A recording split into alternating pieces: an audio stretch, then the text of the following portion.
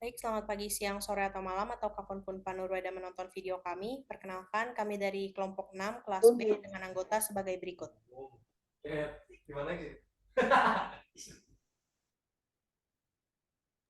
Berikut adalah nama anggota kelompok kami dan NIM-nya.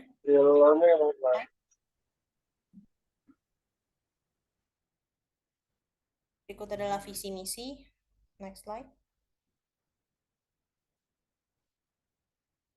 Dan presentasi pertama akan dilakukan oleh teman kelompok kami, Gede Adi Mahendra. Baik, di sini saya akan membahas akustik lautan adalah teori yang membahas tentang gelombang suara dan lambannya dalam suatu medium air laut. Akustik laut merupakan satu bidang kelautan yang mendeteksi target di kolam perairan dasar perairan dengan menggunakan suara sebagai data. Dengan kecanggihan teknologi yang dimiliki oleh masing-masing sistem akustik yang diuraikan di atas, maka di masa depan prospek pengembangan akustik kelautan khususnya untuk sumber daya hayati laut sudah tidak bisa diragukan lagi. Berikut akan dilanjutkan oleh rekan saya.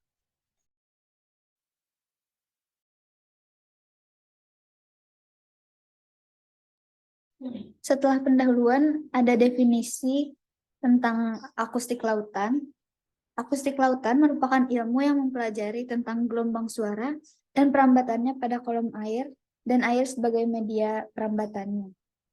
Deteksi bawah air sendiri berfungsi untuk mendeteksi dan mendapatkan data dari objek-objek yang berada di bawah air. Bisa dilanjut. Baik, sebelumnya perkenalkan nama saya Dina Minarsi dengan NIM akhiran 42. Di sini saya akan menjelaskan tentang sejarah perkembangan dari akustik kelautan itu sendiri. Sebentar. Nah, pada abad ke-19 tahun 1826, ilmuwan Swiss Jean Daniel Claydon dan Charles Thorne melakukan eksperimen yang menyoroti konsep dasar tentang bagaimana suara bergerak dalam air. Nah, mereka melakukan eksperimen ini di Danau Jenewa. Nah, Claydon dan Thorne ini menggunakan lonceng di bawah air dan menghasilkan gelombang suara. Mereka menemukan bahwa gelombang suara dapat merambat jauh lebih jauh dalam air daripada di udara. Penemuan ini mengungkapkan potensi suara sebagai alat komunikasi dan deteksi di lingkungan bawah air.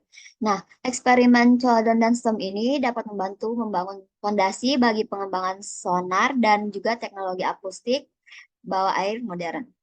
Selanjutnya, lalu pada abad ke-20 tahun 1906, Lewis Nixon yang merupakan seorang fisikawan Amerika yang tertarik pada masalah navigasi laut, terutama dalam hal keamanan pelayaran. Nah, ia memperkenalkan ide untuk menggunakan gelombang suara untuk menentukan kedalaman laut, yang menjadi dasar bagi pengembangan sonar ini. Lalu pada tahun 1915, dia membuat alat yang bernama Sonic Depth Finder atau pemantauan kedalaman bunyi, yang merupakan pendahulu dari apa yang kemudian kita kenal sebagai sonar. Nah, alat ini dapat digunakan jadi gelombang suara untuk mengukur kedalaman laut dengan mengirimkan sinyal suara ke dasar laut dan mengukur waktu yang dibutuhkan untuk sinyal tersebut kembali. Selanjutnya akan dilanjutkan oleh teman saya.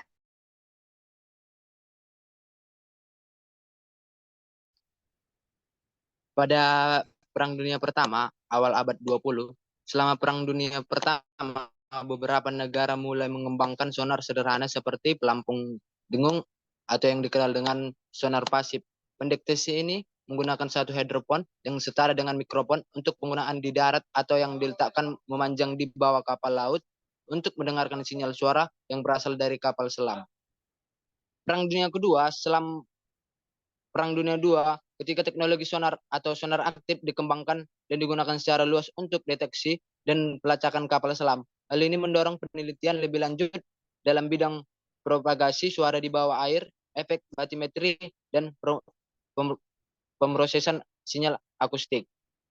Setelah Perang Dunia Kedua, akustik kelautan terus berkembang untuk aplikasi sipil seperti survei batimetri, eksplorasi minyak, dan gas bumi, penelitian oceanografi, dan komunikasi bawah air.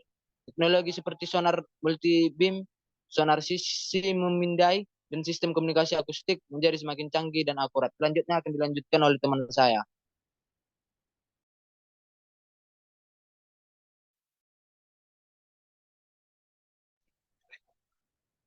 Baik, di sini saya akan menjelaskan keunggulan.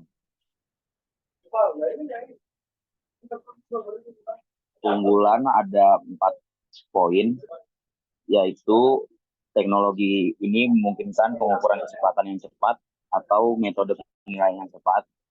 Lalu teknologi ini memungkinkan estimasi langsung tanpa ketergantungan pada data statistik dan kemampuan untuk menghitung langsung terhadap target yang disurvei. Lalu teknologi ini memungkinkan perolehan dan pemrosesan data secara real time. Selanjutnya, teknologi ini juga menawarkan akurasi dan presisi yang tinggi. Teknologi ini juga meminimalisir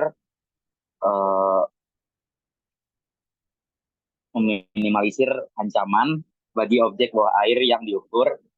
Lalu teknologi ini juga dapat digunakan di daerah terpencil atau yang sulit diakses.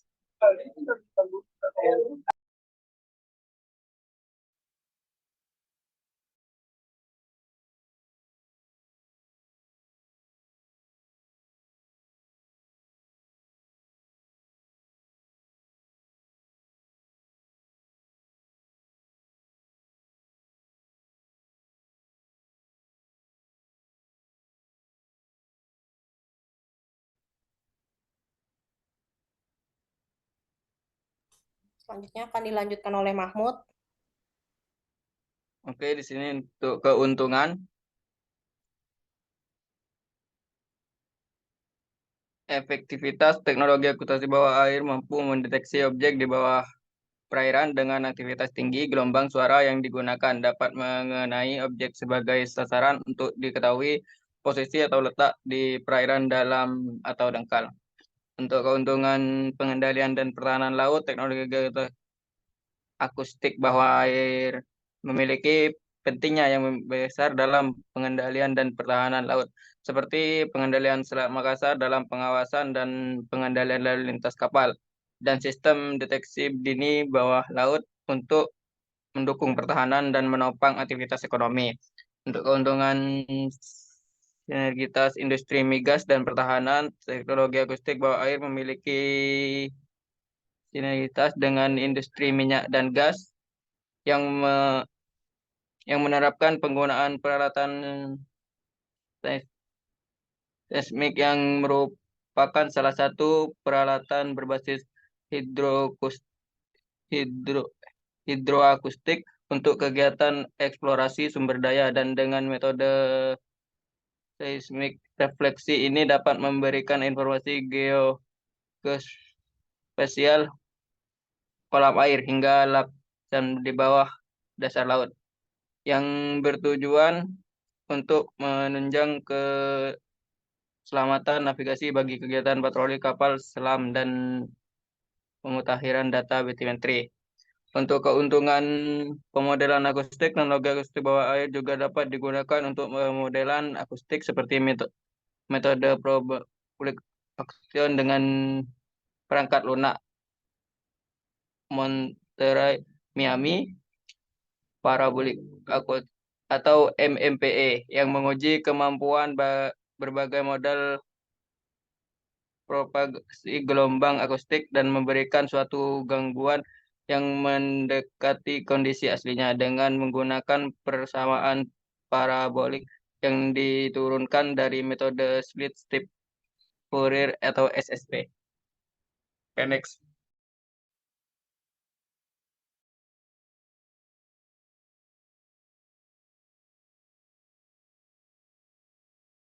Ya, selanjutnya saya akan menjelaskan tentang metode akustik, di mana metode akustik merupakan salah satu metode utama yang digunakan dalam bidang akustik kelautan dan deteksi bawah air.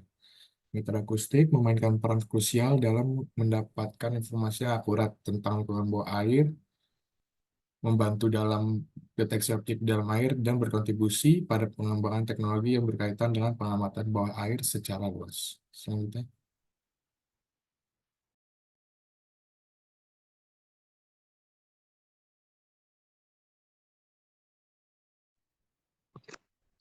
Selanjutnya saya akan melanjutkan pembahasan mengenai sonar dan ecosounder. Sonar adalah singkatan dari Sound Navigator and Ranging. Ini adalah salah satu teknologi utama dalam deteksi bawah air yang menggunakan gelombang suara untuk mendeteksi dan memetakan objek di bawah air. Terdapat dua jenis sensor sonar utama, yaitu sonar aktif dan pasif. Sonar aktif adalah sistem sonar yang menghasilkan gelombang suara, kemudian mendeteksi pantulan dari gelombang tersebut saat bertemu dengan objek atau permukaan di bawah air.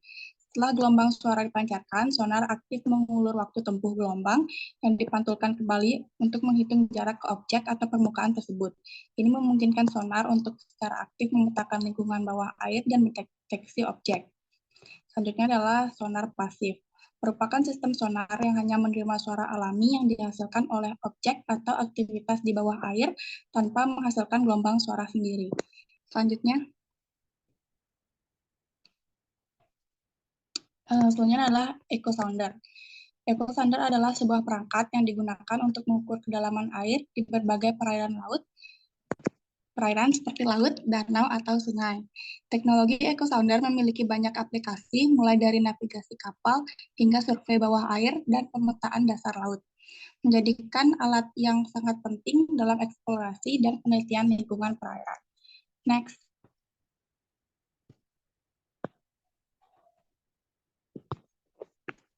Baik, perkenalkan nama saya Ignacia Aransa dengan NIM 22135111119. Saya akan menjelaskan mengenai ruang lingkup penggunaan akustik lautan. Yang pertama pada survei sumber daya hayati laut. Teknologi akustik lautan dapat diaplikasikan untuk menduga spesies, ukuran, dan stok ikan pada suatu daerah tertentu dengan memanfaatkan pantulan bunyi yang dihasilkan masing-masing spesies.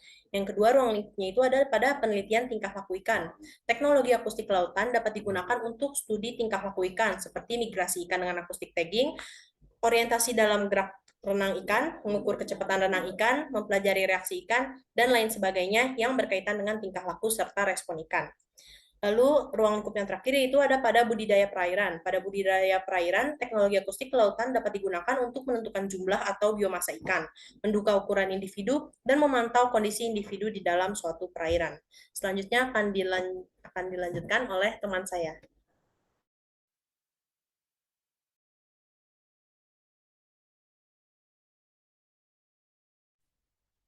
Perkenalkan, nama saya Surya Febriansyah dengan akhiran NIM 112. Saya akan memaparkan penerapan akustik bawah air. Salah satu penerapan dari akustik bawah air adalah Fish Finder. Fish Finder merupakan alat akustik yang relatif jauh lebih murah dan mudah dijangkau. Crashpro Fish Finder merupakan jenis alat akustik tersebut yang digunakan untuk menyimpan data, namun tidak diiringi dengan perkembangan teknologi pengolahan data yang dihasilkan. Data hasil akuisisi Crashpro Fish Finder disimpan dalam jenis data ASCII atau American Standard Code for Information Interchange. Data ini dapat diakses oleh bahasa pemrograman C++. Saya akan dilanjutkan oleh teman saya. Sekian dan terima kasih.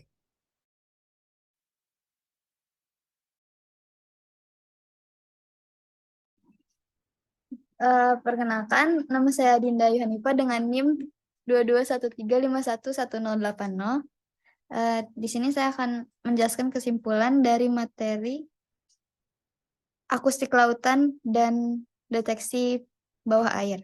Akustik lautan mempelajari tentang gelombang dan perambatannya pada air sebagai medianya, dan datanya digunakan untuk mendeteksi objek bawah air. Ilmu akustik ini terus berkembang hingga saat ini dan menghasilkan banyak keuntungan pada perkembangan sains yang mencakup ruang lingkup yang sangat luas. Sekian presentasi dari kelompok kami. Terima kasih.